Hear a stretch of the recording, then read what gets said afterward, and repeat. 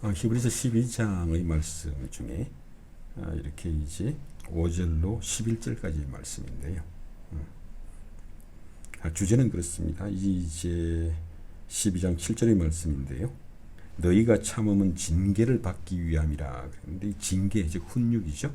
훈육을 위하여 고난의 시간에 인내하라고 하는 말씀인데요. 이 말씀이 정말 이렇게 전율을 일으킬 만큼 우리에게 귀하고 또한 정말 감사한 말씀이 됩니다. 하나님께서 무엇을 이루시고 우리에게 무엇을 주고자 하시는가, 이것이 우리의 믿음이 되고 우리의 소망이 되는데, 이 믿음과 소망이라고 하는 것이 당연히 우리 안에 하나님의 의의 열매고 또한 평안의 열매를 맺게 되는데, 거기에서 중요한 한 가지가 있습니다. 우리가 이렇게 하나님은 저 멀리 계시고 우리는 여기에서 하나님의 교훈을 따라 말씀을 따라 우리가 어떻게 인생을 살 것인가, 이렇게 돼버리고 나면 뭔가 가장 중요한 하나가 빠져버립니다. 이게 뭔고 하니 우리 삶 속에서 하나님과의 친밀한 교제와 동행이 사라진다 하는 것이죠. 이렇게 돼버리고 나면 우리 인생의 많은 시간, 방황의 시간, 고난의 시간에 우리 안에서 우리 스스로 지혜를 짜낼 수밖에 없지 않습니까? 이렇게 되면 하나님은 없고 온통 성경을 가지고 해석한 사람의 지혜가 그냥 그 교회와 이렇게 말과 말 속에 풍성하게 흘러넘쳐 버리는데, 가장 중요한 게 없는 거 있죠. 우리 삶 속에서 이 하나님과의 친밀한 교제와 하나님과의 동행, 그것을 통해서 하나님께서 내 안에 거하시고 내 안에 사신다라고 하는 것을 놓쳐버리는 거죠. 이것이 이제 지금 현대교회가 이신론을 배격하고 있으면서도 사실상 이신론의 상태로 들어갈 수밖에 없는 그런 이유이기도 한데, 그래서 이 말씀이 중요합니다. 이 징계와 훈육을 위하여 고난의 시간을 인내하라. 기다리고 견디고 기꺼이 감당하라라고 하는 말씀인데요. 이 말씀 속에서 바로 정말 우리에게 믿음이시고 우리에게 믿음이 되시고 우리의 소망이 되시는 분이시잖아요. 그 믿음과 소망이 우리 인생 속에서 어떻게 역사하는가, 그것이 어떤 열매를 맺는가 하는 것이죠. 특히 우리가 이 히브리서 12장은 그런 어떤 시대적인 상황 속에서 성경의 문맥 속에서 또 한 번 생각을 해야 될 것이 있습니다. 지금 이 말씀은 이제 로마의 핍박 속에서 정말 생계가 막막하고 살 길이 막막해진 로마에 있는 유대인 기독교인들을 향한 서신입니다. 그런 어떤 그 고난과 그리고 이제 고통의 시간 안에 늘 그렇습니다만, 이런 어떤 우리가 이제 시편을 보면 주 여호와여 내가 지금 흑암 속에 있나이다, 그렇게 이제 이제 나를 도우소서, 나를 도우소서, 어찌하여 나를 도우시지 아니하니까 나는 지금 이제는 흑암 속에 있나이다. 그 흑암이라고 하는 말은 하나님을 볼 수 없고 하나님을 느낄 수 없고 하나님의 도우심을 기대할 수 없는 상태, 하나님이 없는 상태를 어두움이다. 그래서 이제 다크니스, 흑암이라고 이제 번역을 하죠. 이렇게 우리가 하나님의 도우심을 기대했는데 우리가 기대한 것처럼 그런 하나님의 도우심을 기대할 수가 없게 되었다.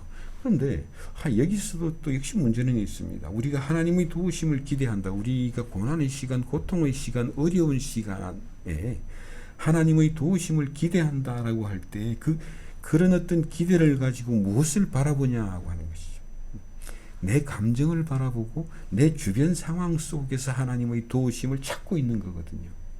그러니까 어두워진 내 마음을 하나님께서 밝게 해주심으로 내가 은혜를 받았다고 느끼고 내 주변 상황 속에서 야 정말 이건 하나님이 하셨네 이런 것들을 그냥 보지 않고는 하나님을 발견할 수 없는 상태가 되면 요즘 이제 어떤 신학자들이 걱정하는 대로 특히 지금 20대와 30대 그리고 40대까지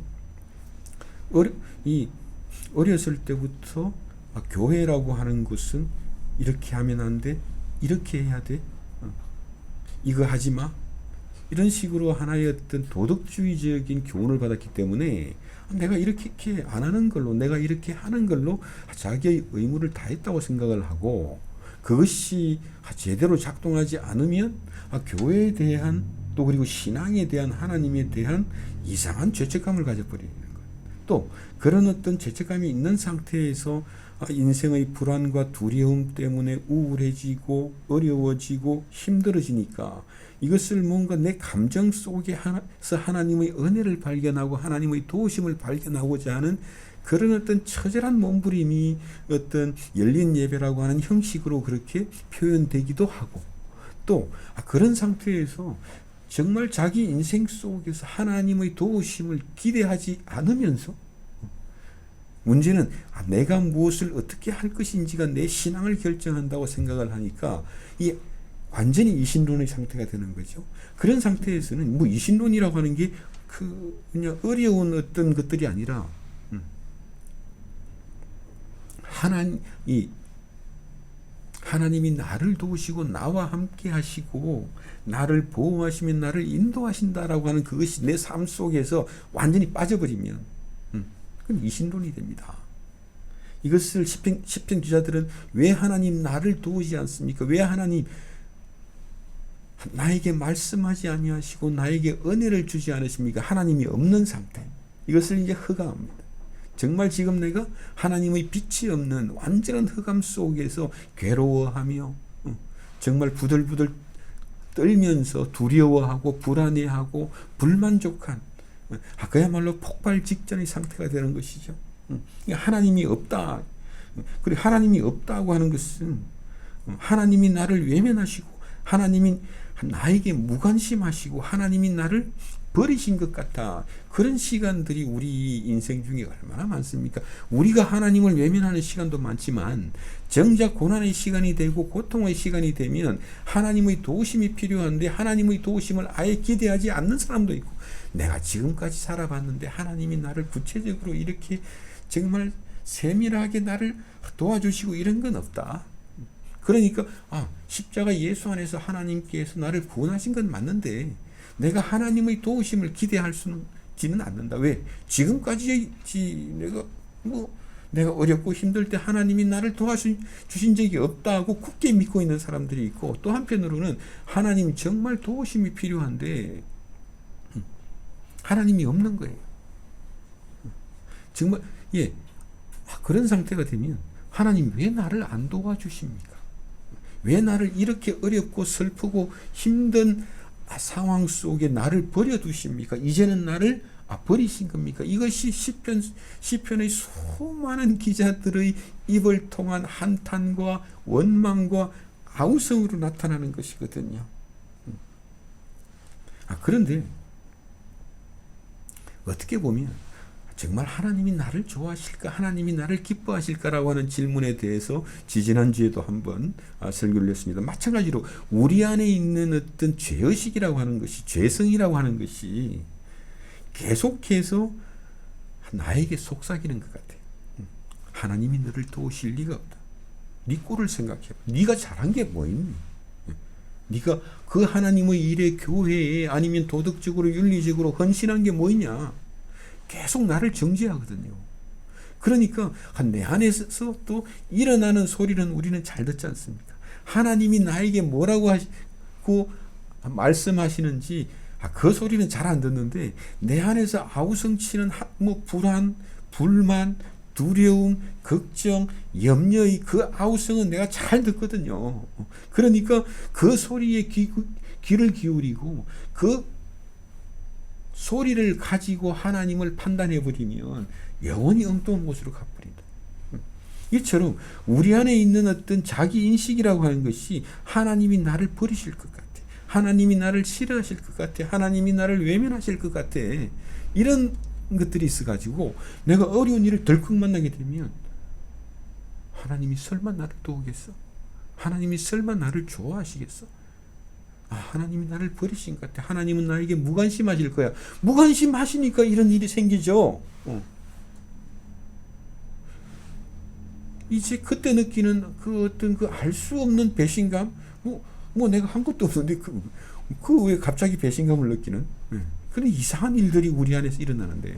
이런 어떤 고난의 시간에 찾아오는 그 수많은 유혹들이 너무 종류가 많아서 이루 다 설명할 수 없을 정도로 많습니다. 그것을 일일이 하나씩 이 고난의 원인이 어떻고 고난 속에서 뭐 어쩌고 저쩌고 해버리면 그건 엉망진창이 되는 거죠. 지금도 마찬가지입니다. 얼마 전에 톰 라이트라고 하는 영국의 신학자가 1년 동안 코로나 사태에 대해서 아무 말 하지 않고 있다가 드디어 이제 입을 열었어요. 아니 코로나가 시작되면 이 어떤 코로나 사태라고 하는 전 인류적인 재난의 시간이 시작되면 죄 때문에 그렇다, 회개해야 된다, 뭐 해야 된다, 그런 어떤 고난을 분석하는 말들은 정말 많이 하는데, 정말 초대교회, 그러니까 이제 안디옥 교회가 예루살렘과 정말 이 방방곡곡에 어마어마한 가뭄이 들어서 굶어 죽는 사람들이 많단다. 그러면 쟤들이 죄를 지어서 그러네. 니들이 회개해야 된다. 이런 말을 한 적이 없다는 거예요. 우선 그로 인해서 고통받는 사람들이 그 아픔과 애통함을 공유하는 것이거든요. 그때부터 그 사람들이 발걸음이 막 밟아지기 시작. 왜냐하면 예루살렘에 있는 우리 형제들이 굶어 죽고 있는데 지금 어떻게 하든지 간에 돈을 보내야 될 거 아닙니까? 음식을 보내야 될 거 아닙니까? 밀가루를 보내야 될 거 아닙니까? 그게 급한 일이라고 하는 거죠. 그걸 가지고 우리는 너무 이 고난이 어디서 왔는지, 그 원인이 뭔지 왜 분석합니까? 그 피하려고. 평생 고난을 피하는 정말 불신앙의 인생을 살다가 피할 수 없는 고난 앞에 가면요, 하나님 필요 없다. 이게 나이가 들고 병들어 죽게 되면 하나님 필요 없다는 거예요. 왜요? 한 번도 내 고난의 시간에, 오늘 성경이 말씀하는 그대로 내 고난의 시간에 하나님께서 나를 훈육하신다, 나와 함께 하시며 나와 동행하시며 나를 지켜주신다는 것을 한 번도 못 봤거든요. 나는 고난의 시간에 내가 왜 이럴까, 내가 어떻게 하면 될까, 그렇게 하다가 어영부영 넘어간 거예요. 그러니까 오늘 이 그 말씀이 지금 로마의 핍박으로 예수 믿는 것 때문에 이렇게 고통당하고 있는 그 히브리 사람들, 유대인 기독교인들에게 징계를 위하여 너희의 고난을 인내해? 이 말씀이 안 들려버리면 우리 신앙이 이렇게 껍데기 신앙만 됩니다. 예수 믿는다고 하고 천국 간다고 하고 천국 소망이 있다고 하는데 그 소망이 내 인생 속에서 살아 움직이질 않으니까 그 소망을 향해서 달려가는 사도 바울의 용기와 지혜가 하나도 안 나오는 거예요. 그냥 인생의 사람의 지혜만 가지고 평생 살다가 그 지혜로 해결할 수 없을 때, 병들어 죽게 되었을 때는 아무 소용이 없거든요. 그게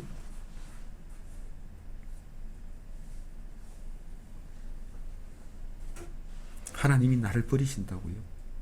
하나님이 나에게 이 어떤 고난의 시간에 나에게는 무관심한 것 같아. 내가 어떻게 하든지 간에 여기서 살아남아야 돼. 이런 어떤 생각들. 우리 안에 있는 어떤 죄성이라고 하는 것이 정말 하나님이 나를 버린 것 같아. 하나님이 나를 외면하신 것 같아. 맞습니다. 하나님 정말 하나님은 우리를 버리시고 그냥 외면하시고 진노해야 마땅한 존재 아닙니까, 우리가. 그런데요, 우리를 대신해서, 우리를 위하여, 우리를 대신해서 하나님으로부터 철저하게 버림받으시고 철저하게 외면당하시고 철저하게 징계당하시고 형벌당하시고 심판당한 한 사람이 있지 않습니까? 이 인류의 역사에서 그토록 하나님으로부터 완전하게 버림을 받으시고 완전하게 외면받으시고 정말 흑암의 캄캄한 시간, 우리는 흑암도 아니에요. 그러니까 성경 말씀 그대로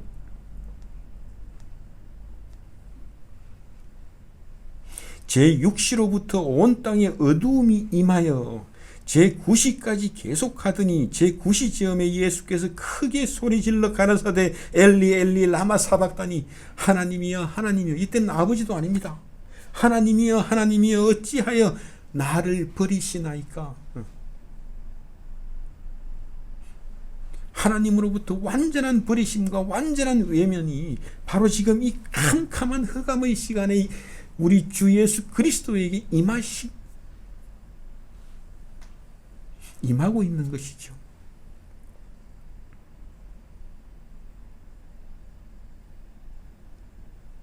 이 시간에도 정말 우리 주 예수께서 하나님으로부터 완전히 버림받은 그 시간에도 우리를 사랑하사 자기 목숨을 십자가에 내어주시는 예수 그리스도의 그 충성스러움이 보이지 않으면 내 고난의 시간에 내가 어디로 가야 되겠어? 내 고난의 시간에 하나님이 나를 버리신 것 같다고요?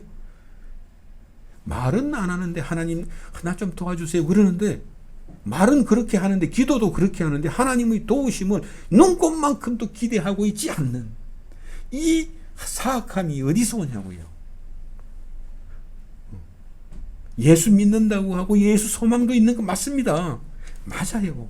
그런데 내 고난의 시간에, 내 슬픔의 시간에, 내 괴로움의 시간에 하나님이 어디 있냐고요. 안 찾아요.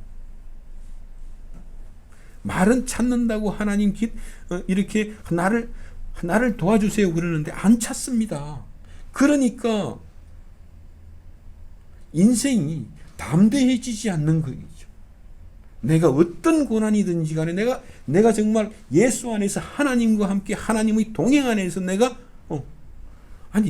로마서 8장의 말씀 그대로 그 무엇도 나를 하나님의 사랑에서 끊어낼 수가 없다면 내 인생 속에 내가 늙고 병들어 죽게 되는 그 모든 것들이, 그 모든 고난의 시간에도 하나님이 나와 함께 하시는 힘으로 인해서 내가 그 모든 고난을 감당할 수 있습니다라고 하는 고백이 안 나오면 평생 두려워 떨고 있는 거 있죠. 하나님께서 우리와 함께 하심에도 불구하고 나는 늘 어떻게 하면 혹시나 재수가 없어서 세상이 악해서 내 죄 때문에 혹시나 고난이 오지 않을까, 슬픔이 오지 않을까, 실패가 오지 않을까, 우리 아이들에게 혹시나 잘못되지 않을까, 늘 걱정과 염려 속에서 인생을 살다가 해결되지 않는 걱정과 염려가 오면요, 그게 우리 앞에 있어요. 이미 늙고 병들어 죽는다는 것은 그 어떤 세상의 지혜로도 해결이 안 됩니다. 저는 얼마 전에 감동적인 이야기를 들었는데요. 어느 이제 만성적인 질병 때문에 고생하고 있는 어느 권사님에게, 권사님을 목사님이 이제 병문안을 가서 권사님 힘들지 않으세요? 이 권사님이 하시는 말씀이 그래요. 아유 목사님, 부활이 치유하지 못할 질병이 있나요? 부활은 모든 것을 치유할 뿐만 아니라 지금도 우리로 하여금 모든 것을 이기게 하는 하나님의 능력으로, 소망의 능력으로 임하는 것인데, 우리가 이렇게 멀쩡하게 보이는데, 멀쩡하게 신앙인으로 보여요. 목사고, 또 그리고 전도사고, 강도사고, 장로고, 또 그리고 권사고, 집사처럼 다 보이는데 속에 가장 중요한 게 빠져. 그러니까 오늘 말씀이 제가 왜 이렇게 강조하고 또 강조하고 싶냐면, 하나님의 훈계를 위하여 고난을 인계하라. 이 말씀은 내 고난의 시간에 하나님이 훈계하시고 나와 함께 하신다는 말이거든요. 훈계는 아버지와 자녀들 사이에서 일어나는 일 아닙니까? 그러니 이 징계를 위하여, 훈계를 위하여 고난을 인내하고 고난을 견디고 고난을 기다리고 고난을 감당할 수 있는 그 능력이 나를 훈계하시는 하나님께 있는 거거든요. 그래서 우리가 정말 하나님이 나를 버리신 것 같을 때, 정말 나는 흑암이야, 하나님이 보이지 않아, 하나님이 어디 있는지 몰라. 하나님은 나를 버리실 수가 없어요. 나를 그 이유는 우리를 버리지 않기 위해서 그 아들을 버리시는 거거든요. 완전한 흑암입니다. 그래서 온 세상이 캄캄했다고 그러잖아요. 그러니까 이제 우리 시간으로는 12시에서 오후 3시까지 완전히 모든 것이 다 캄캄해서 빛이라고는 없었다. 이게 뭡니까? 하나님께서 그 아들을 철저하게 버리시고 외면하시고 그 아들의 고통에 철저하게 응답하지 아니하시고 완전히 외면하고 상태. 완전히 버리실 뿐만 아니라 거기에다가 죄로 인한 하나님의 징벌이죠. 징벌과 형벌과 심판이 났다.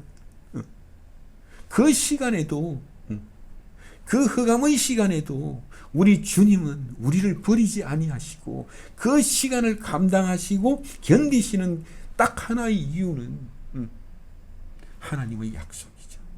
하나님의 뜻이죠. 그 십자가를 통해서 우리를 구원하시는 그 하나님의 기쁨을 위하여 예수 그리스도께서 우리의 주 되신 우리의 왕이 되신 예수 그리스도께서 하나님이 당신을 버리시는 그 시간, 그 흑암의 시간에도 당신만큼은 우리를 버리지 아니하심으로 우리를 하나님 안에서 영원히 구원하시는 것. 이것이 보인다면 내가 주관적으로 느끼는 흑암, 맞습니다. 우리는 흑암 속에, 고난 속에 있으면 하나님이 보이지 않고 하나님을 느낄 수가 없으면 이 어떤 주관적인 그냥 감정, 그리고 이것이 영원할 것 같아요. 결코 그럴 수가 없습니다. 내가 하나님을 볼 수 없을지라도 하나님은 나를 보고 계시는 것을 나는 십자가 예수 안에서 봤다는 거예요. 나는 하나님을 볼 수 없고 나는 하나님을 느낄 수 없음에도 나를 훈육하시는 아버지의 손길인 나와 함께 할 수밖에 없는 거 있죠. 그러니 내가 정말 고난의 시간에 하나님이 나와 함께 하십니다. 내가 볼 수 없고 내가 느낄 수 없음에도 하나님은 나와 함께 하시며 하나님은 나를 보호하시며 나를 지키시며 나를 인도하시나이다.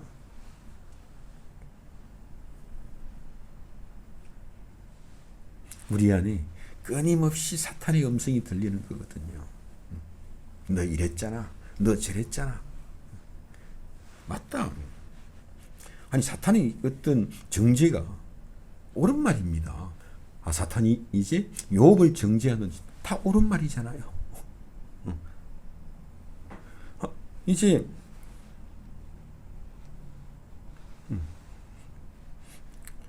욥기 1장 9절로 11절의 말씀입니다.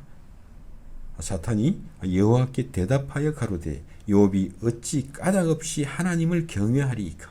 주께서 그와 그의 집과 그의 모든 소유물을 산울로 두르심이 아니니까 말이죠. 어렵습니다만 이게 뭐냐, 하나님이 잘해주시니까 욥이 하나님을 섬긴 것이, 욥은 하나님을 사랑하는 게 아닙니다. 자기 이익을 위해서 하나님을 이용하는 겁니다. 그러니까 쉽게 말하면 부잣집 남자가 결혼을 했는데 어느 못된 놈이 와서 그러는 겁니다. 저 여자는 너를 사랑해서 결혼한 게 아니야. 너 돈 보고 결혼한 거야. 지금 이 말을 하고 있는 거거든요. 아니 그 말을 듣는 그 남자의 기분이 얼마나 나쁘겠어요.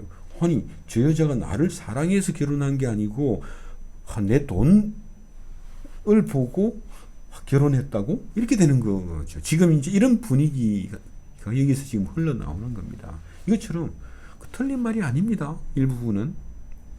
욥은 그때까지만 해도 하나님을 거래의 하나님으로 생각했거든요. 그런데 정말 고난을 통해서 훈육하시는 하나님을 통해서 비로소 하나님이 어떤 분인지를 보고 그 하나님에 대한 무한한 신뢰를 가지니까 하나님이 욥을 향해서 네가 나를, 내 이름을 영화롭게 하는구나, 그렇게 기뻐하시며 네가 의롭다, 네가 완전하다, 그렇게 말씀하시는 거죠.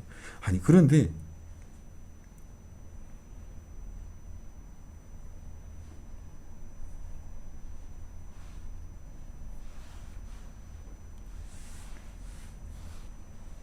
제가 성경 구절을 하나 인용을 하려고 했는데 로마서 5장 1절로 5절의 말씀인데요. 우리가 잘 아는 말씀 아닙니까? 그러므로 우리가 믿음으로 의롭다 하심을 얻었다.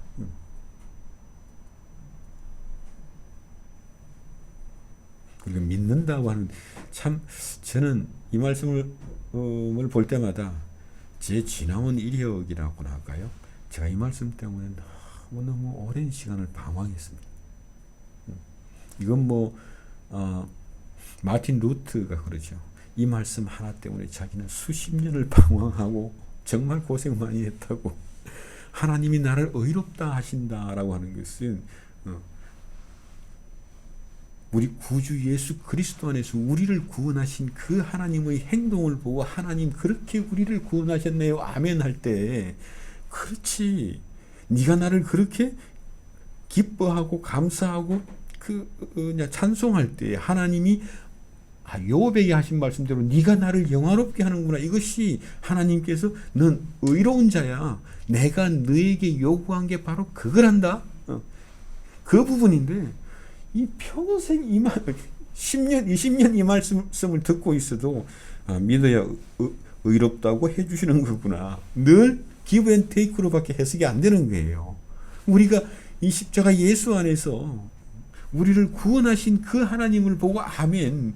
구원은 내가 너를 구원했다.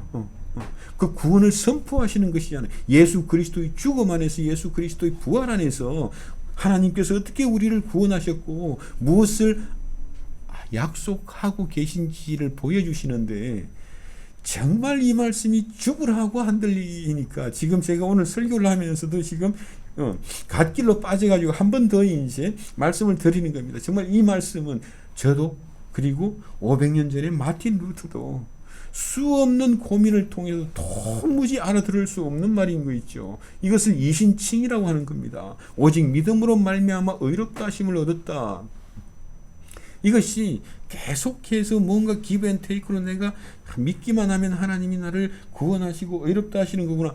이렇게만 참 내가 믿음이 없는데 이렇게 하다 보니까 믿음조차도 내 의가 되어버리는 거예요. 하나님이 나를 기뻐하신다는 게 나를 의롭다 하시는 거라는 거예요.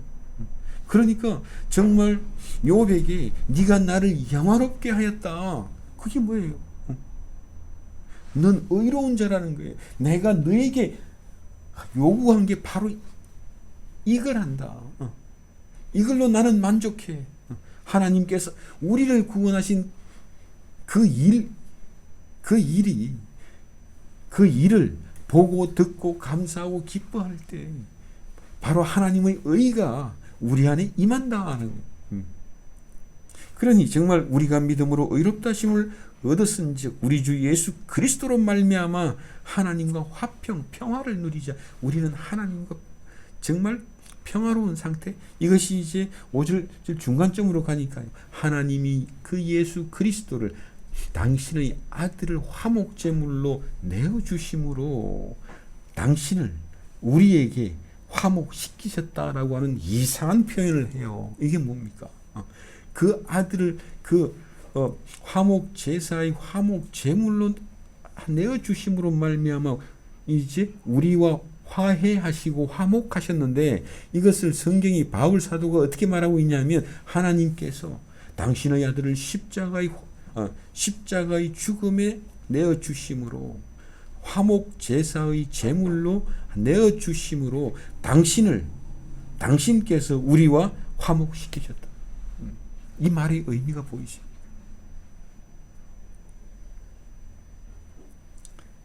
(2절입니다) 또한 그로 말미암아 우리가 믿음으로 서 있는 이 은혜에 들어감을 얻었으며, 이것은요 하나님의 은혜의 보좌 앞에 나아갈 수 있게 되었다. 오직 예수 그리스도의 보혈의 의지에서 하나님의 마음을 받고 하나님의 뜻을 받고 하나님의 계획을 받고 하나님의 영원한 소원을 본 사람들이거든요.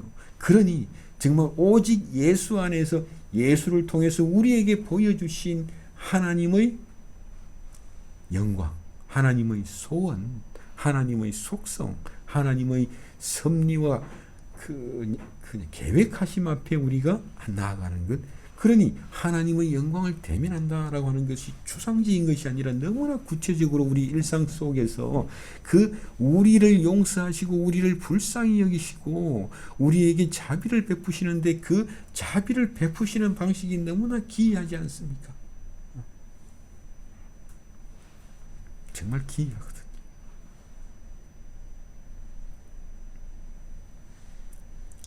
이 사람과 이 사람이 서로 원수가 되었다고 합시다. 그런데 이 A라고 하는 사람이 이 사람에게 정말 중대한 죄를 지었다. 그래서 원수가 되었는데, 이 사람이 뭔가 변상을 함으로써 두 사람이 그 용서하고 화해하고, 이게 이제 우리 인간 사회의 방식이거든요. 만약에 어떤 사람이 저에게 엄청난 손실을 끼쳤어요. 우리가 화해하기 위해서는 그 사람이 변상도 해야 되고 사죄도 해야 되고, 그렇죠. 그런데 이상하게 저 사람이 나에게 엄청난 그냥 손실을 끼쳤는데, 제가 나에게 손해를 끼친 그 사람에게 화해의 재물을 그냥 제가 절을 내놓는 방식이거든요. 이게 아니면 화해는 절대로 없어요. 우리가 어떤 사람 그러잖아요. 네가 나에게 잘못했으니까 사죄해라, 사과해라, 변상해라. 변상한다고 해서 용서할 수 있는 사람은 한 사람도 없습니다. 그냥 죄를 지은 사람이 도덕적인 차원에서 최선을 다하는 거지, 그 사람이 나를 용서하고 아니 그런 일은 없어요. 그런데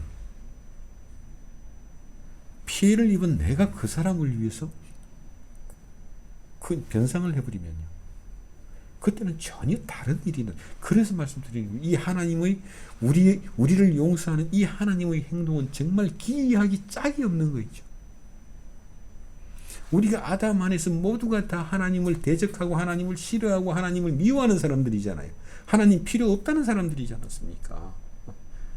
그런 우리의 인생이 얼마나 비참한지를 하나님이 아시고 우리를 불쌍히 여기셔서 우리를 긍휼히 보시고, 당신께서, 하나님은 피해자이신데 하나님께서 그 아들을 우리와 똑같은 사람의 모양으로 보내셔서 우리와 함께 살게 하시고 우리 안에서 하나님을 나타내실 뿐만 아니라 우리를 대신하여 그 아들이 십자가에서 우리의 죄에 대한 속죄의 제물로 그 아들을 내어주시는, 이 말이 안 되는 방식이거든요. 이 말이 안 되는 방식, 이 한 방식으로만 우리가 우리의 죄로부터 우리의 죄와 우리의 어떤 죄로 인한 저주와 죄로 인한 그 죽음으로부터 완전히 해방되는 유일한 길이 된다는, 도대체 이 방식은 세상 어디에도 없어요. 열심히 용서를 빌어라 그러면 신께서 용서해 주신다, 그런 게 아니라니까요. 그건 다 허구예요. 어떤 사람이 저에게 와가지고 저에게 피해를 입혔는데 저에게 변상을 한다고 해서 제가 그 일이 마치 없었던 것처럼 깨끗하게 없어집니까? 천만에요. 그래요? 용서하겠습니다. 폼은 잡을 수 있어요. 내 마음의 그 상처는, 그 미움은 사라지지 않습니다. 그런데 내가 그를 위해서 그가 지은 죄의 대가를 피해자인 내가 지고 가버리는 거죠.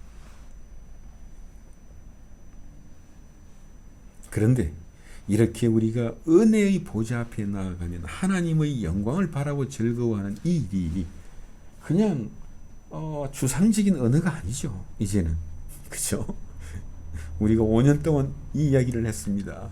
정말 하나님의 영광의 속성을 대면하는 것, 하나님이 우리를 얼마나 불쌍히 보실 뿐만 아니라 불쌍히 보는 우리를 위하여 하나님께서 어떤 행동을 하고 계신지를, 그것을 보지 못하면 우리는 그 하나님의 영광을 대면할 수가 없습니다. 하나님과의 인격적인 관계가 안 나타난다는 거죠. 하나님은 저렇고 하나님은 이렇고, 그 학습을 통한 것은 나에게 아무런 믿음의 능력으로 소망의 능력으로 임하지는 않죠. 그래서 그 다음입니다.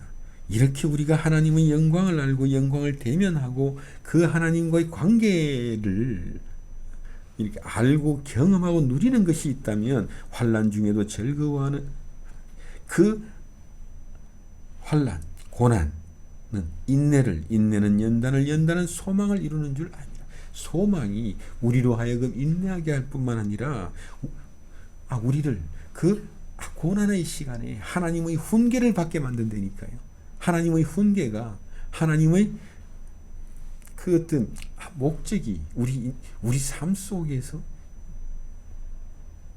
일어나는 이것이 뭔가 이렇게 자꾸만 고난 속에서 우리가 율법으로 아니면 우리의 어떤 그 인간적인 기대와 실망과 낙심 속에서 헤매고 있으면 지금 이제 로마의 핍박으로 말미암아 고통 중에 있었던 유대인 기독교인들도 역시 마찬가지죠. 하나님이 왜 안 도우시나 우리를. 하나님 지금 뭐 하시나. 하나님은 그런 분인가 보다. 어떻게 하든지 간에 우리 한번 살아남아 보자. 이렇게 실망과 낙심이 배교로 나아간단 말이죠. 그렇게 배교를 해버리니까 교회를 떠나버리니까 이것이 교회에 쓴 뿌리가 남아버리죠.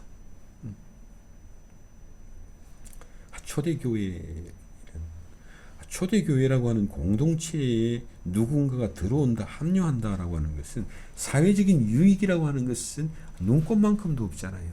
왜냐하면 핍박의 시대였기 때문에 이 교회 공동체에 가입한다, 들어온다, 합류한다라고 하는 것은 그 모든 사회적인 비난과 핍박과 어떤 무시와 손해를 지고 들어오는 것인데 그 이유는 딱 한 가지밖에 없어요. 지금은 혹시나 하나님의 은혜를 받을까 도움을 받을까 어쩌고 저쩌고 하는 그런 것들이 있는데 그 초대교회라고 하는 것은 그런 것을 기대할 수가 없죠. 딱 한 가지, 살아계신 하나님을 내가 봤다. 이게 아니면 교회 안에 들어올 수가 없는 거잖아요.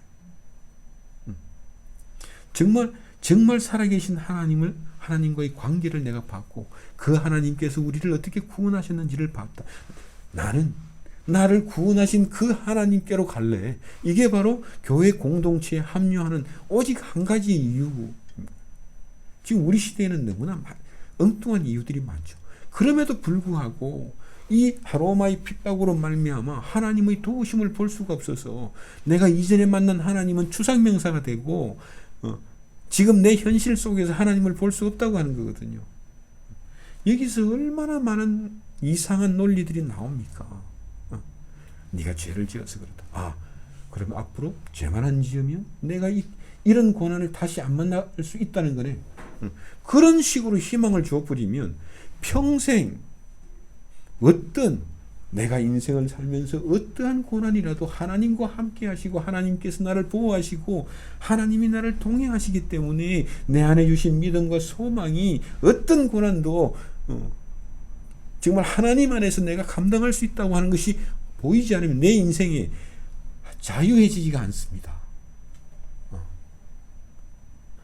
궁극적으로 우리 모든 인생들이 다 기다리고 있는 것은 늙고 병들어 죽는 거예요.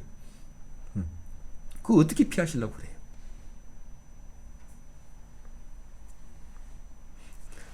사람의 작은 지혜가 그저 지금 당장은 어떻게 위기를 모면할 수 있을지 모릅니다. 그런데 오늘 말씀 그대로, 그래서 이 말씀을 오늘 너무너무 강조하고 싶었거든요. 우리를 훈계하시는 그 하나님께서 일 좀 하시도록 우리 인생의 고난의 시간에 인내하라. 이것이 오늘 이 모든 말씀입니다. 한 번 더 제가 낭독해 올리겠습니다. 12장 5절입니다. 또 아들에게 권하는 것 같이 너희에게 권면한 말씀을 너희가 잊었느냐. 내 아들아, 주의 징계하심을 훈육하심을 가볍게 여기지 말고 그에게 꾸지람을 받을 때, 징벌을 받을 때에 하나님이 나를 때리신다고, 나를 미워하신다고, 하나님이 나를 외면하신다고, 하나님이 나를 버리신다고 낙심하지 말라. 주께서 그 사랑하시는 자를 징계하시고 그가 받아들이시는 아들마다 채찍질 하려 하십니다. 제가 한 20년 전에 이 말씀을 두고 충격을 받았거든요. 나는 인생이 너무 힘들어서 하나님 나 좀 도와주세요 그랬더니 하나님의 징계하심이 없으면 사생활에 나 그런 거 싫은데 교회를 계속 나와야 되나 말아야 되나 엄청 고민했다니까요. 이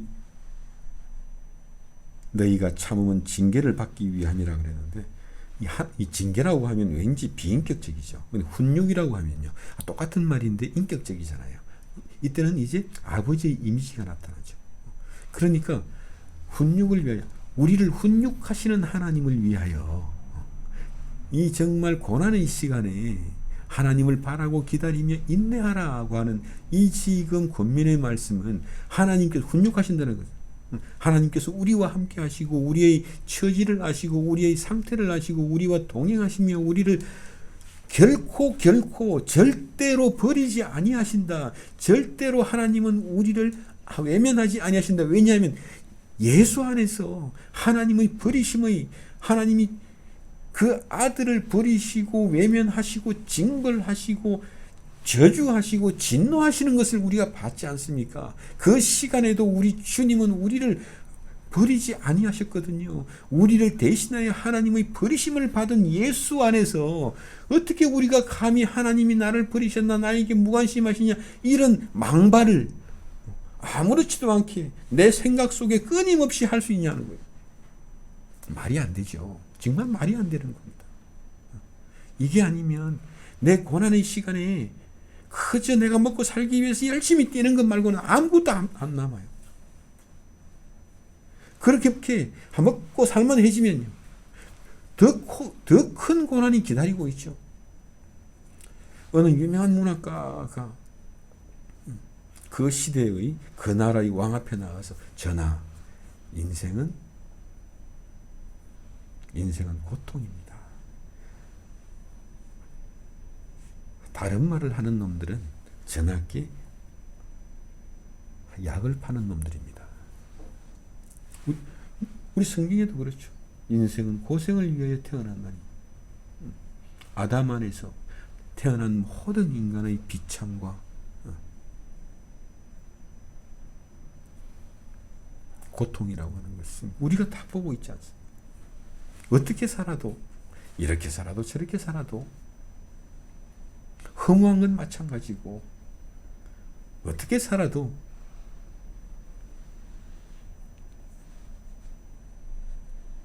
우리가 기대하는 그런 행복이 없을 뿐만 아니라 오래 가지도 않습니다. 요즘 정말 그런 것 같아요. 우리 이제 아이들을 보면 자기는 부족하고 이것밖에 안 되니까 늘 불안하죠. 미래를 생각하며 세상을 생각하며 자기 인생을 생각하면 두려움밖에 없죠. 그 속에서 뭔가 나름대로 사람의 지혜로 열심히 헤쳐나가고 있는 게 보이지 않습니까? 우리도 마찬가지입니다. 불안하니까, 두려우니까, 미래에 어떤 일이 일어날지, 슬픈 일이 일어날지, 안 좋은 일이 일어날지, 그 두려운 마음으로 하나님을 섬기고 있으면 그 하나님과 우리의 관계가 어떻겠습니까? 정말 로마서의 말씀 그대로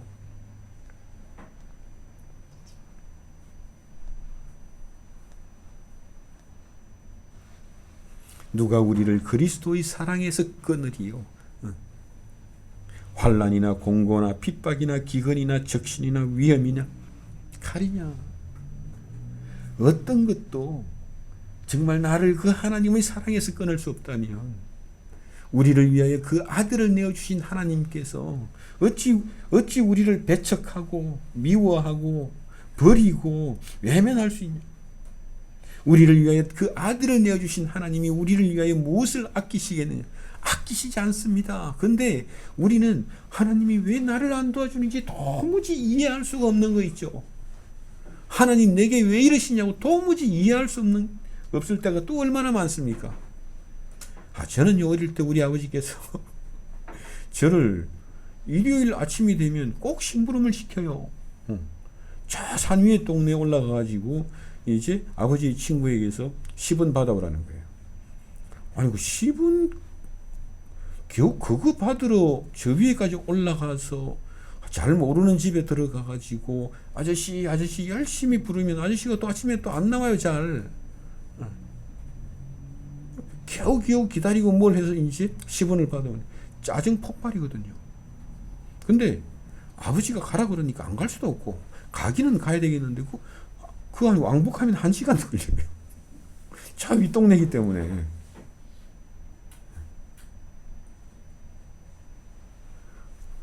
그 아니 거기다가 또 그냥 밤 시간이 되면 꼭 저보고 약 심부름 시킵니다. 약국에 가가지고 우리 아버지가 이런 약 사오라 그랬는데요. 그 말 하기도 싫고 저는 또 한밤에 또 그러다가 또 이제 뭐죠? 쌀집을 지나가다가 또 이 이름이 그 복잡한 뭐라고 군시는 그것도 이제 그 지금은 핸드폰이 있으니까 잊어버렸네 싶으면 한 번 더 전화하면 되지만 이전에는 그것도 안 되잖아요. 또 집으로 가야 돼. 그러니까 중간에 혹시나 약 이름을 잊어버릴까봐 암기를 하면서 가야 됩니다. 이제 그러다가 그 쌀집 지나다가 개 밥통을 뚝 건드린 거예요. 이놈의 개가 그냥 좀 인내해야지 말이야. 이것도 그냥 확 달라들어가지고 종아리를 깨물어 버린 거 있죠. 그래가지고 이제 우리 아버지도 오시고 우리 어머니도 오시고 동네 사람들 다 오고 큰일 나갔다고 된장 바르고 뭐 난리가 났죠. 근데 우리 아버지 목적은 그거예요. 제가 운동하는 것도 싫어하고 게으르고 사람 만나는 것도 싫어하고 숫기도 없고 그러니까 일요일 아침이 되면 운동시키고 있는 거예요. 저를 지금. 근데 저는 그게 딱 싫은 거예요. 거기다가 아저씨 집에 아저씨 부르는데 아저씨 안 나오잖아요. 그러면 뭔가 거기서 뭔가를 해가지고 아저씨를 어떻게든지 간에 끌어내가지고 10원을 받아와야 되는데 우리 동생은 어디 가도 말도 잘하고 조곤조곤 하는데 저는 그게 딱 싫어하거든요. 그러니까 뭐 어디 가서 뭐 어쩌고 저쩌고 하는 것도 싫어하고 사람 만나는 것도 별로 안 좋아하고 지금도 그렇잖아요. 제가 어디 뭐 막 움직이는 것도 별로 안 좋아하고 그러니까 이제 우리 아버지는 그것 때문에 이제 그 훈육을 위해서 이제 어떻게 보면 인내는 하긴 했는데 그 훈육의 효과가 별로 없어요. 저는 별로 그게 짜증만 났지 그걸 통해서 뭔가를 그냥 배우거나 그러진 않아. 그런데요, 정말 우리가 고난의 시간에 우리를 훈육하시는 그 하나님을 바라보면 이 믿음과 소망으로 우리 안에 연단이 돼야 정말 내가 고난 속에서도 하나님이 나를 버리지 아니하시고 고난 속에서도 하나님은 나와 함께 하시며 믿음과 소망을 더하시고 의의 열매 평강의 열매를 주시는 거구나. 그것을 봐야 내가 정말 내 인생 앞에 있는 그 어떤 고난도 내가 정말 병들어 죽는 그 죽음의 고난까지도 정말 그 부활의 소망이 치유하지 못할 것은 없습니다. 그 말이 나는 너무나 울림이 큰 거예요. 정말 권사님이 정말 그 한마디가 목사님한테 엄청난 은혜를 준 거죠. 정말 권사님이 이렇게 계속 아프고 만성적으로 계속 아프니까 이거 어떻게 하면 좋습니까? 목사님, 부활이 치유 못할 게 어디 있겠어요? 결국은 다 치유가 되는 건데 지금 내가 이렇게 아프고 힘드니까 뭐라고 이렇게 변명할 게 아니라 정말 나를 위하여 죽으시고 나를 위하여 버리심 받으시고 나를 위하여 심판을 받으신 그 예수 안에서 나를 향한 그 하나님의 사랑 때문에 그 소망이 지금 나로 하여금 견디게 하고 참게 하고 뛰게 하는 것이고 그 부활의 소망이 내가 지금 병들어 죽는 그것을 넘어서 우리 주님도 그러셨거든요. 우리 주님도 그 십자가의 고난을 넘어서 그 하나님의 기쁨이요 우리의 구원을 바라보시고 그 기쁨을 위하여 눈앞에 있는 그 기쁨을 위하여 십자가를 참고 견디고 감당하셨다. 그래서 오늘 우리가 찬송 중에 한 걸음 한 걸음 정말 예수와 함께 예수가 갔던 길로 우리도 가야 돼요. 병들어 죽는 그 인생의 길로 그것이 허무가 아니라 믿음이 되고 소망이 되려고 하면 그것이 그저 두렵기만 하면 평생 죄와 죽음의 노예 노릇밖에 하는 게 없습니다. 그러니 정말 이 로마서 8장이 사도의 어떤 그 어떤 고난도, 환난도, 곤고함도, 핍박도, 정말 기근, 배고파 죽는 그 기근의 두려움도, 적신, 헐벗는 두려움도, 그 어떤 위협과 그 칼도 내 안에 주신 그 하나님의 소망은, 부활의 소망을 어떻게 할 수가 없어요. 그러니까 누가 우리를 그리스도의 사랑에서, 하나님의 사랑에서 우리를 향해 보여주신 그 하나님의 전능의 능력에서 우리를 끊어낼 수가 있는 아무것도 없어요. 그러니 정말 시편 기자가 그렇게 말합니다. 정말 하나님 나 이렇게 안 도와주실 겁니까? 정말 하나님은 없고 정말 흑암밖에 없습니다. 흑암이 이제부터는 내 친구입니다. 나는 영원히 흑암 속에서 살 겁니다. 하나님 웃기고 있네. 그건 네 생각이고 임마. 그 사람이 이제 찬송시인 해만이죠. 그 사람 흑암 속에서 안 죽었어요. 그 외에도 수많은 찬송시를 남기거든요. 그러니까 나는 이제 흑암밖에 없습니다. 흑암 속에 살다가 흑암 속에 죽을 겁니다. 옆에 지금 우리가 봐도 그러잖아요. 웃기고 있네. 내 감정이 그렇다. 정말 흑암이 영원할 것 같아요. 절대로 그럴 수가 없다는 거예요. 빛 대신 하나님께서 우리를 찾아오셔서 우리를 위하여 무엇을 행하셨는지를 보고 그 행하심 속에서 하나님이 진정으로 이루고자 하시는 것이 무엇인지를 보면 이제는 우리가 로마서 12장 우리가 11장까지밖에 안 했잖아요. 12장 첫 마디가 뭡니까? 바뀌는 겁니다. 바뀌는 방향이 바뀌는 예수께서 내 안에 거하시고 내 안에 사신다는 거예요. 이것이 내가 그 하나님의 소원을 내 소망으로 품게 될 때 하나님과 나는 동행하기 시작하는 것이고 내가 거룩하다는 거예요. 그래서 이 지금 많은 말씀들 중에 정말 눈에 탁 박히는 게 있잖아요. 이 고난의 시간을 통해서 하나님께서 하나님의 거룩함에 너희가 참여하기를 원한다. 고난의 시간이 뭐 하겠어요? 거룩해지는 것 말고는 방법이 없는 겁니다. 거룩하다는 건요, 그 하나님의 소원을 내 소망으로 품고, 맞습니다. 어느 권사님처럼 부활이 치유하지 못할 것은 아무것도 없습니다. 부활의 몸이, 부활의 영광이 그 무엇이 나를 부끄럽게 하고 수치스럽게 하겠습니까? 세상 사람이 다 예수를 침뱉고 모욕하고 때리고 저주해도 예수의 영광은 사라지지 않습니다. 우리는 그걸 부활 예수의 영광에서 봤잖아요. 그래야지만이 정말 내가 앞으로 슬픈 일도 있고 괴로운 일도 있고 어려운 일도 있겠습니다마는 그 속에서도 하나님은 나와 함께 하시며 하나님께서 나를 도우시며 이 훈육을 위하여, 징계를 위하여 고난의 시간을 인내할 수 있다면 내 안에 있는 그 인생을 향한 막연한 두려움과 불안과 걱정과 염려가 사라지는 거죠. 진리가 너희를 자유케 하리라. 하나님의 소원이 여러분을 이 인생으로부터 자유케 하시기를 예수 그리스도 이름으로 축원드립니다.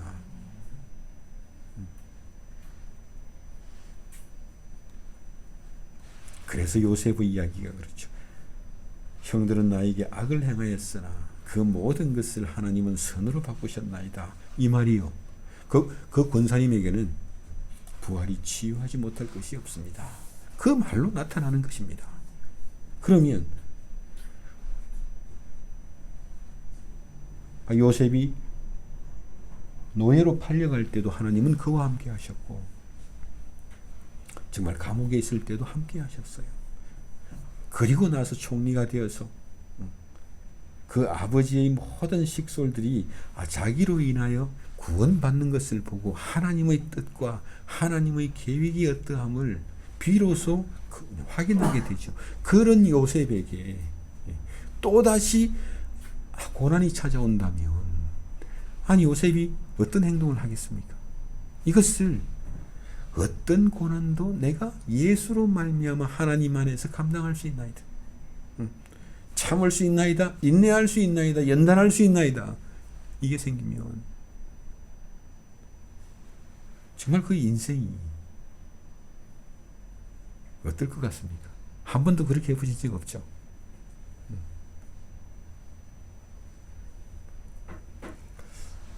어느 책에서 이제 한 줄의 문장을 봤습니다. 어떤 고난도 감당할 수 있는 용기와 담대함은 소망과 연단과 인내에서 옵니다. 뒷말은 생각나니, 그렇구나. 어떤 고난도 내가 예수 때문에, 예수 안에서, 물론 그때 가면 죽는다고 또 아우성 칠지 몰라요. 아마 그럴 것 같아요, 저는. 근데 적어도 지금 내가 서 있는 이 자리에서, 서만큼은 하나님께서 모든 악을 선으로 바꾸셨나이다. 하나님이 좋은 것 나쁜 것 모두 합력하여 하나님의 소원을 하나님께서 이루시니이다. 이것이라면 어떤 고난도 내가 인내할 수 있고 감당할 수 있습니다. 그때 가서 또 아이고 죽는다 그럴 수 있어요. 그건 그때 가서 일이고, 지금은 맞습니다. 하나님이 나를 버리실 수가 없고, 그 예수 안에서 나를 구원하신 그 하나님의 사랑과 하나님의 전능하심이, 죽은 자 가운데 우리 모두를 일으키시는 그 하나님의 전능하심이, 나로 하여금 그 어떤 고난도 내가 감당할 수 있나이다. 이기고 이런 게 아니라, 승리하고 이런 게 아니라, 승리하자 막 떠드는데 실제로는 막 불안해. 그런 게 아니라 정말 그 고난을, 어떤 고난도 정말 내가 인내할 수 있나이다. 하나님, 훈육하시는 하나님 때문에 고난의 시간을 내가 인내할 수 있습니다. 그러니까 이 말씀을 한 번 더 해석해 드리면, 이건 정말 중요한 말씀인데요. 너희가 참음은 징계를 받기 위함이라. 징계를 위하여 훈육을 위하여 고난을 인내하라고. 우리를 훈육하시는 하나님 때문에 고난을 감당할 수 있고 인내할 수 있다. 그러니까 이것은 지금 로마에 있는 유대인 기독교인뿐만 아니라 우리에게도, 우리가 인생을 살면서 여러 가지 일을 겪을 수밖에 없고 끝내는 늙고 병들어 죽는 거거든요. 그것을 넘어가야 부활의 아침, 그 부활의 영광을 보는 거 아닙니까? 우리가 그것을 우리 주 예수 그리스도의 부활의 영광에서 본 사람들입니다. 그러니 정말 우리를 징계하고 훈육하고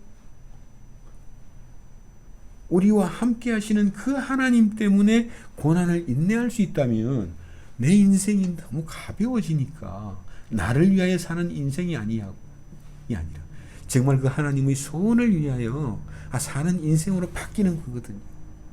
그렇게 바뀌지 않고 늘 내 감정, 내 주변 상황 속에서 하나님이 혹시나 이렇게 하시나 저렇게 하시나, 이렇게 하시면 어떡하고, 이럴 때는 이렇게 하고 저럴 때는 막 이렇게 성경을 통해서 지식을 암기를 하고 나면 평생 하나님은 저 멀리 있는 이신론자가 되는 겁니다.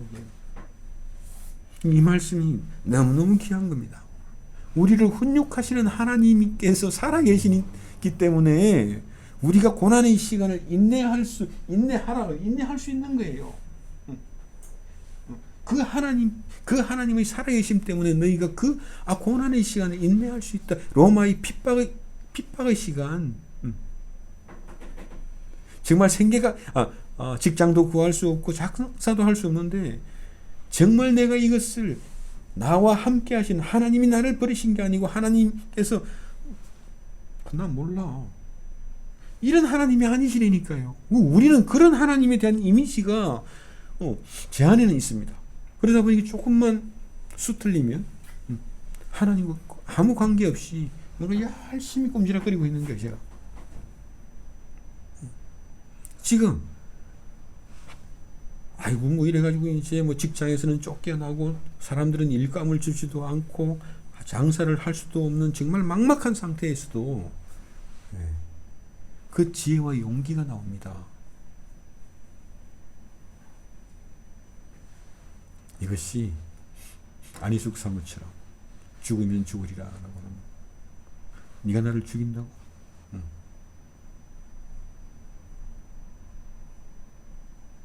누가 그 사람을 죽일 수 있겠어요? 그 부활의 생명이 그 사람에게 있는데요. 그러니 우리를 훈육하시는, 이 말씀을 또 이렇게도 할 수 있겠습니다. 우리를 훈육하시는 하나님으로 인하여 우리는 그 지금의 고난도, 앞으로 그 어떤 슬픈 일도, 어떤 그 어려운 일도 하나님을 의지해서 기꺼이 감당하겠습니다. 이게 나오지 않으면, 이게 나오지 않으면, 물론 그때 가서 이제 죽는다고 아우성 실수는 있습니다. 그때 가서 일이라니까요. 그걸 자꾸만 이렇게 혼동해가지고 두려우니까 이 길이라 막 찬송만 하고 나면 그때는 이게 해요. 하나도 해결이 안 됐잖아 지금. 그러니까 어디 가서 열린 예배, 찬송 예배 하면 휙 하면 끄뻑 넘어가고, 그럴 때는 내 기분의 은혜를 받은 것 같아. 근데 이 정말 고난을 인내하는 거, 내가 아파요, 힘들어요, 외로워요, 불안해요. 그럼에도 불구하고 나와 함께 하시는 그 하나님을 의지해서 한 걸음 한 걸음 크게 걸어갈 때 내 안에 그 소망의 풍성함이 비로소 모든, 정말 이 사도 바울처럼 그 무엇도 우리를 하나님의 사랑에서 끊어낼 수가 없다는, 정말 표대를 향하여 위에서 부르신 부르심의 상을 향하여 내가 최선을 다해서 걸어가는 그 사람을 누가 유혹할 수 있으면, 누가 방해할 수 있으면, 누가 협박할 수 있겠습니까? 아무도 없어요. 그래서 세상이 감당할 수 없더라고 히브리서 11장에서 이제 필사하면서, 맞아요, 세상이 감당할 수 없다, 살짝 끼워 넣은 거죠 히브리서에. 그래서 보면 이제 가로치고 이렇게 되어 있는. 왜냐하면 이제 이제 필사하는 사람이 필사하다가 이제 충만해진 겁니다. 너희가 참음은 징계를 받기 위함이라. 징계하시고 훈육하시는 그 하나님으로 인하여 고난을 인내할 수 있는 것이 우리 성도입니다. 그러면 정말 두려움이 지배하는 인생, 그 두려움이 지배하면 자꾸만 자기 지향성이 돼요. 나만 생각하는 사람, 혹시나 내가 아플까봐, 혹시나 내가 가난해질까봐, 혹시나 사람들이 나를 무시할까봐, 그것만 가지고 평생 살면 그 얼마나 불쌍한 인생이지. 그 비참하다 그러는 거예요 그게. 혹시나 우리 교회에 누가 아프지는 않는지, 혹시나 우리 아이들이 이런 어떤 이렇게 이제 불편하지는 않는지, 그게 늘 신경 쓰임. 지금 이 12장에 계속해서 똑같은 말을 합니다. 주변에 혹시나 낙심하고 원망하고 좌절하고 절망하고 배교하는 사람이 없는지, 그 사람들이 교회에 썬뿌리가 되지 않을지 걱정하고 염려하고 열심히 살펴보라, 그 말을 하고 있는 거거든요. 예, 제가 한 번 더 읽어보겠습니다. 하나님이 아들과 같이 너희를 대우하시나니 어찌 아버지가 징계하지 않는 아들이 있으리요. 징계는 다 받는 것이거늘 너희에게 없으면 사생자요 친아들이 아니라. 또 우리 육신의 아버지가 우리를 징계하여도 이제 공경하였는데, 순종하였는데, 하물며 우리 영의 아버지께서 우리를 훈계하신다는데 당연히 순종해야 되지 않겠냐. 그러니 훈계하시는 아버지의 이미지가 나타나는 거죠. 우리가 그저 하나님만 있으면 하나님과의 관계가 참 이상합니다. 그런데 그 하나님이 예수 그리스도로 말미암아 우리의 아버지가 되신 하나님이라면 그 아버지는 반드시 우리를 훈계해야 돼요. 훈계하지 않는 아버지는 아버지가 아닙니다.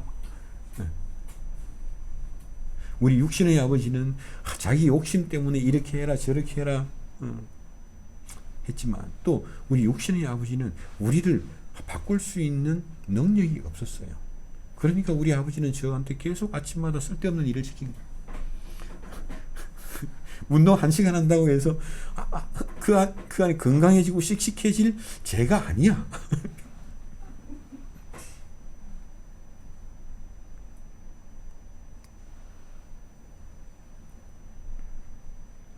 그런데 그들은 잠시 자기의 뜻대로 우리를 징계 훈육하였거니와 오직 하나님은 우리의 유익을 위하여 그의 거룩하심에 참여하게 하신다. 거룩하다. 거룩하다. 하나님께서 이 세상과 구별되신 분이기 때문에 우리 또한 이 세상과 구별되는 겁니다. 하나님께서 우리를 향한 그 소원이 우리로 하여금 이 세상 속에 있으면서도 세상과 완전히 구별된 존재로 삽니다. 이 거룩함이 없으면 세상과 화평할 수가 없어요. 우리가 이렇게 거룩함을 회복하면 우리와 다른 세상 속에 있는 그들과 화평해지는 것이지 그 원수가 되는 것은 아닙니다. 그래서 우리가 이전에도 그렇습니다만 하나님의 소원을 위해서 지옥 가는 영혼들을 구원하고 이딴 소리만 자꾸만 하고 있으면 그 하나님의 소원이 우리를 얼마나 거룩하게 하며 그것이 얼마나 우리 안에 평화를 주는지를 보지를 못하고 그저 내가 예수 믿는다고 하는 내 우울감으로 끝나버리는 수가 있단 말이죠. 이 하나님의 소원은 정말 이 온 하나님이 이토록 세상을 사랑하사 독생자를 주셨으니 이렇게 그 독생자 안에서 하나님의 창조를 완성하시는 것이 하나님의 소원이요 하나님의 계획이요 그 하나님의 선하심이거든요. 그것을 먼저 보지 못하고 그저 이렇게 다른 목적으로 그런 것들을 이용해 버리면 우리가 거룩해지지 않습니다. 그러면 이 하나님의 소원에 참여하고 나면 우리가 하나님과 연합할 뿐만 아니라 하나님이 우리 안에 거하시는 것이거든요. 우리가 나를 향한 하나님의 소원을 위해서 인생을 살게 된다는 것은 우리가 늘 성령 기도할 때마다 다시는 나를 위하여 살지 아니하고 하나님을 위하여 우리 주 예수 그리스도를 위하여 살게 하소서. 이 말이 무슨 말인지 멍해지는 겁니다. 예수를 위하여 산다. 그러니까 하이델베르크 신앙 고백의 가장 첫 문제, 이제는 내 인생은 내 것이 아니요 하나님의 것이오니 이제는 우리가 하나님을 위하여 주를 위하여 주의 이름을 위하여 인생을 삽니다. 그래 버리면 나는 그렇게 못하겠는데 신앙 고백의 시작이 안 되는 거예요. 그러니 우리 옛사람들의 그 신앙이 이어져 올 수가 없는 것이 되어버리는 겁니다. 우리가 우리를 위하여 살지 아니하고 하나님을 위하여 산다는 것이 그 아름다움과 그 풍요로움과 그 축복됨이 보이지 않는다면 여전히 하나님 앞에서 계속해서 어깃장을 놓을 수밖에 없게 되고 하나님과 통하지가 않습니다. 그러니 정말 내가 예수 그리스도와 함께 십자가에서 죽었나니 그런즉 이제는 내가 사는 것이 아니요 내 안에 예수께서 사시는 것이라 멋지게 말은 하는데 그게 무슨 말인지 아무도 못 알아듣고. 왜요? 내 욕심이 탁 들어가서 내가 욕심이 죽으면 좀 더 행복해진다 이거지. 그래 봐야 나밖에 없잖아. 네가 행복해지면 얼마나 행복해질 건데, 네가 고상해지면 얼마나 고상해질 건데.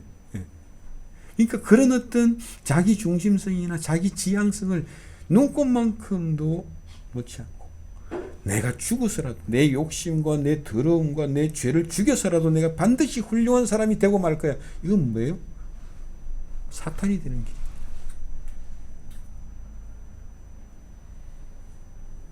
끔찍하잖아요.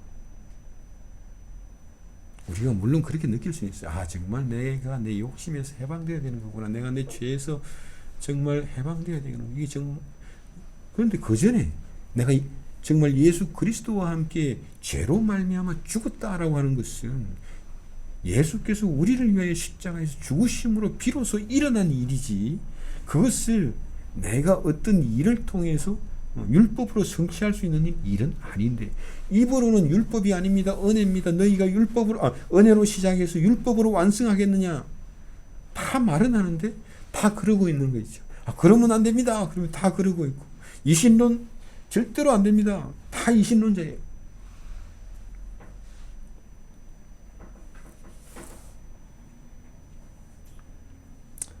그의 거룩하심에 참여하게 하시느니라. 무릇 징계로서의 고난이, 훈육을 위한 고난이, 저는 정말 육신의 아버지 때문에 일요일마다 1시간씩 산동네로 걸어가서 돈 10원을 받아오는 그것이 예. 그런데 정말 우리가 어떤 일을 만나든지 그 속에 하나님께서 거하시기 때문에, 하나님께서 우리를 훈육하시기 때문에 예. 정말 그런 고난의 시간에 외로워하지 마시고 하나님을 의심하지 마시고 삐지지 마시고 하나님은 절대로 우리를 버리실 수가 없습니다. 예. 절대로 버리실 수가 없습니다. 당시에는 즐거워 보이지 아니하고 슬퍼 보이나 후에 그로 말미암아 연단받은 자들이 의의 열매, 하나님과의 관계의 열매죠. 그 관계의 열매는 평화가 됩니다. 그 두려움에서 뭔가 하나님이 나를 붙잡고 있는 것도 있는데 저 밑에서도 나를 붙잡고 있는 것 같잖아요. 두려움과 불안과 불만. 나는 이거밖에 안 돼요. 이 자기 자신에 대한 불안, 그리고 세상이 나를 죽일 것 같고, 정말 미래에 어떤 일이 일어날지 도무지 알 수가 없는, 그래서 다들 점치러 다니는 거죠. 신자도 점치러 가고 목사도 점치러 가고 다 점치러 가요. 불안해서 그런 겁니다. 그리고 우리도 그렇죠. 아니 이 고난이 어디서 왔나, 왜 하나님은 이런 고난을 허락하셨나, 그쪽으로는 머리가 잘 돌아가시는데 고난 속에서 하나님께서 나와 함께 하신다고 하는 것은 다 흘러 지나가는 거예요. 그게 가장 중요한 말인데 사실은 그건 다 지나가고 왜 그래요? 그 속에서 고난을 이해하고 고난에 대한 대책을 지금 내가 만들어야 되거든. 이게 뭐예요? 하나님을 대적하는 거잖아요, 결국. 지금 로마의 핍박으로 고통받고 있는 사람들에게 이런 말을 하고 있는 겁니다. 그러니까 하나님은 너희를 훈육하시는 아버지야. 그 하나님은 우리의 아버지이시기 때문에 너희는 당연히 고난의 시간에 인내해야 돼. 감당할 수 있어? 감당해? 그러면 우리를 훈육하시는 아버지가 우리도 모르게, 우리가 어떻게 알지도 못하는 사이에 종아리에 근육이 생기고 우리 마음이 그 하나님의 영광의 속성이 나타나서 우리로 하여금 적어도 우리 가정의 빛이 되게 하고 소금이 되게 하는, 정말 가정과 직장과 이 세상 속에서 맛을 내게 하고 아름다운 가치를 이야기할 수 있는 것은 기독교인밖에 없어요. 절대로 우연히 생긴 존재는 그런 말을 할 수가 없고 그런 말을 할 자격도 없어요. 소금 맞습니다. 빛인 것도 맞습니다. 왜냐하면 하나님이 빛이시기 때문에 그 빛은 우리를 통해서 반사되는 것은 너무나 당연한 이치거든요. 자, 오늘 말씀을 이제 정리하겠습니다. 그래서 실제로 저는 이제 오늘 설교를 준비하면서 가장 스트레스였고 가장 감동이었던 이 한마디는, 어떤 고난도 감당할 수 있는 용기와 지혜가 있다면, 그리고 그 지혜가 어디서 오냐, 그 앞부분이 너무나 강렬하게 들리더라고요. 맞아, 우리가 늘 고난을 두려워하고 무서워하고 어떤 고난이 올지 모르니까 미리 하나님께 아부를 던지고 거래를 하고 뭐 그런, 정말 욥처럼 하나님을 사랑하고 하나님을 믿고 의지하는 것이 아니라 하나님과 거래하고 있고 있는 거죠. 어떤 사람은 11조를 통해서 하나님과 거래하는 사람이 있을 것이고, 또 어떤 사람은 주일 예배 열심히 이렇게 참석하는 걸로 거래하는 게 아니라, 정말 이 말씀이죠. 어떤 고난도 감당할 수 있다면, 왜? 우리를 훈육하시는 아버지가 있거든. 내가 흑암이라고 아무리 주장해도 하나님께서 곁에도 나와 함께 하시다. 하나님은 없다고, 하나님은 나를 안 도와주신다고, 하나님은 나를 버리셨다고 주장하는데, 그 시간에도 하나님은 시편 88편의 그 어떤 저자인 해만과 함께 하셨다. 지금도 그렇습니다. 이것이 우리가 아니면 우리 인생 속에서 계속 하나님을 배척하고 있는 거지. 계속 밀어내고 있는 거예요. 그래 놓고 밀어낸 그 자리에서 다 계산을 하고 있는 겁니다. 계산을. 그렇게 되면 유업이 돼요. 그렇게 되면 사탄의 정죄가 들어옵니다. 그러니까 신부한테 가가지고 너 돈 보고 결혼했지. 신부가 아주 없다고는 말 못하잖아요. 그렇죠? 아니 부산한 편이니까 계속 찌르고 나와요. 그럼 신부의 마음속에 죄책감이 생기죠. 그러면 죄책감이 생기니까 더 잘해야 되겠네. 계속 거래가 되는 겁니다. 이게 그 남편의 진면목을 한 번도 그냥 보지 못하게 하는 게 사탄의 정죄죠. 너 돈 보고 결혼했잖아. 아니다라고 말하고 너 하나님과 거래하잖아. 너 하나님한테 이익 보려고 그러잖아. 그런데 계속 그 속에만 있으면 진짜 정말 나를 사랑하신 하나님과의 인격적인 대면과 교제가 없어진다니까요. 그렇게 되면 이신론자예요. 그렇게 되면 하나님과 점점 더 멀어질 수밖에 없습니다. 정말 오늘 하나님은 절대로 우리를 버리실 수가 없습니다. 예수를 버리신 하나님은 절대로 우리를 버리실 수가 없습니다. 어느 권사님의 말처럼 이 부활의 영광은 그 어떤 것도 치유합니다. 그 어떤 것도 수치로 남겨두지 않습니다. 내가 지금 수치스럽다, 고생스럽다, 괜찮습니다. 그때 시편 88편에서 해만이 하나님께 이렇게 항의합니다. 내가 하나님을 찬송해야 될 거 아닙니까? 내가 죽고 나면 내가 어떻게 하나님 찬송합니까? 하나님, 야 걱정하지 마라. 넌 부활할 거니까.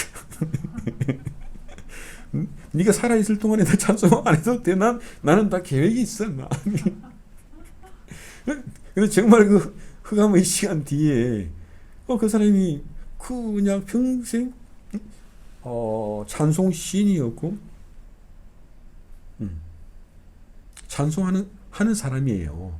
성전에서 중요한 역할을 하는 거죠. 그러니까 그냥 쭉 찬송했어요. 그러니까 하나님 저 이렇게 하시면 저 정말 곤란합니다. 곤란한 건 네 마음이지 내가 아니라니까. 하나님은 그와 함께 하시고 그와 동행하시고 그에게 지금 흑암입니다. 흑암 아니라고 하는 거예요.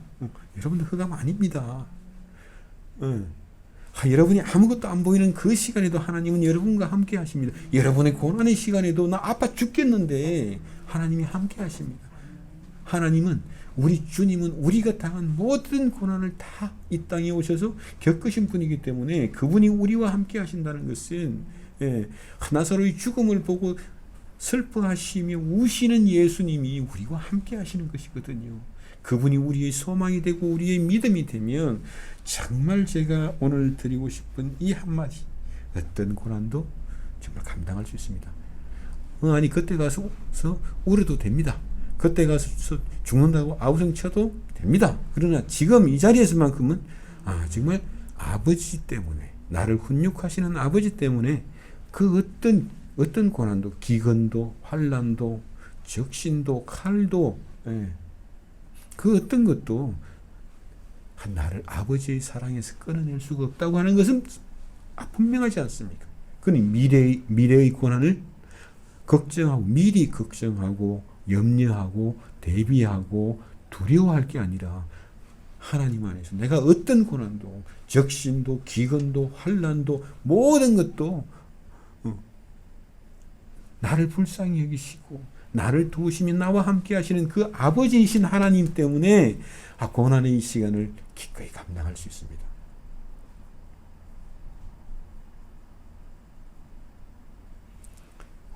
나를 훈육하시는 하나님 때문에, 그죠? 나를 훈육하시는 하나님 때문에 내 인생 앞으로 그 어떤 고난의 시간이 와도 나를 훈육하시는 하나님 때문에 나와 함께 하시고 나를 보호하시는 하나님 때문에 내 눈에는 아무것도 보이지 않아도 나는 아픈 것밖에 없어도 이 고난의 이 시간 하나님 내가 감당할 수 있습니다. 부활이 치유하지 못할 것은 없고 부활의 영광이 나를 수치스럽게 만들 수가 없습니다. 이것이 영원한 진리입니다. 이 영원한 진리가 우리를 거룩하게 하고 우리 인생에서 자유케 해야 이 세상과 화평하게 온 주변을 걱정하며 염려하며 그죠? 그렇게 인생을 소금으로 빛으로 정말 가치 있게 살아낼 수가 있습니다. 함께 기도하시겠습니다.